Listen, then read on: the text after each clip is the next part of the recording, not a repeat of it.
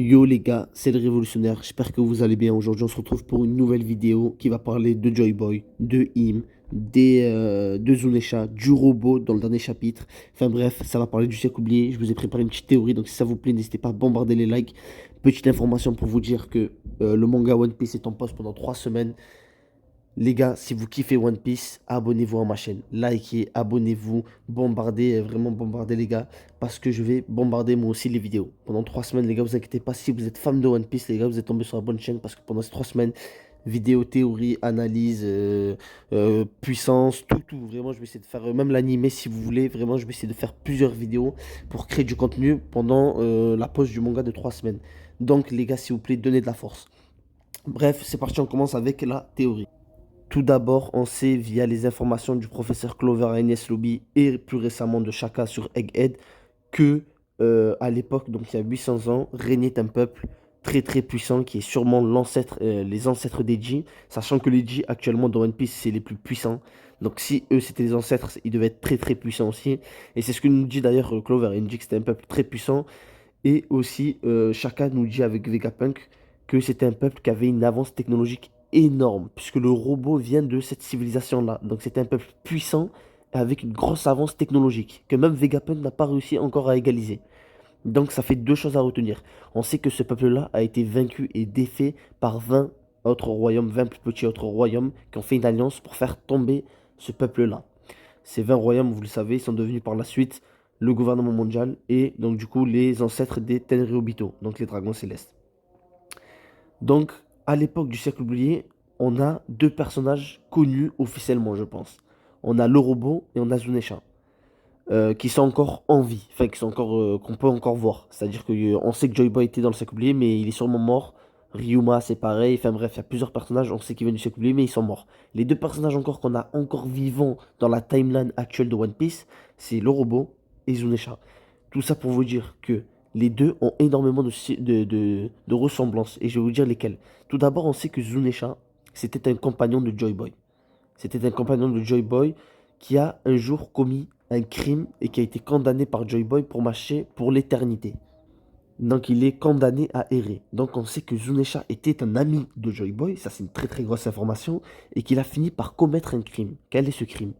Maintenant, on va voir qu'il y a beaucoup de ressemblances avec le robot, puisque le robot, il vient lui aussi d'il y a 800 ans, et là il s'est réveillé dans le dernier chapitre, donc le chapitre 1111, et il vient, la première phrase qu'il dit quand il se réveille, c'est pardon Joy Boy, ou je m'excuse Joy Boy, selon la traduction.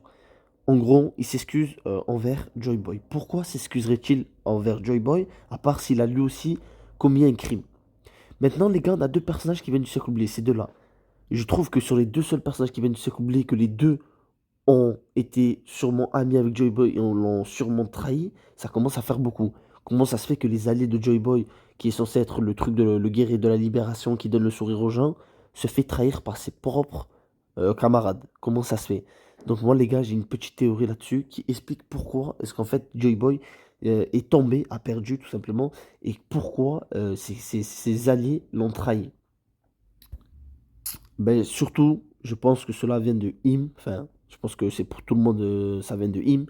L'antagoniste sûrement principal de One Piece, ou l'un des plus importants de One Piece, a sûrement utilisé un pouvoir qu'on ne connaît toujours pas.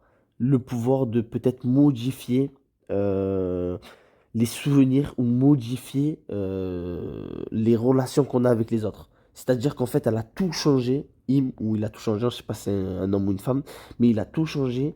Et donc, du coup, ce qui a fait que, vu que les camarades de Joy Boy ont changé de souvenirs, en fait, ils ont changé de camp à cause d'un pouvoir, peut-être qu'ils ont été manipulés à cause d'un pouvoir que Im a utilisé, et ben à cause de ça, ils se sont tous retournés contre Joy Boy.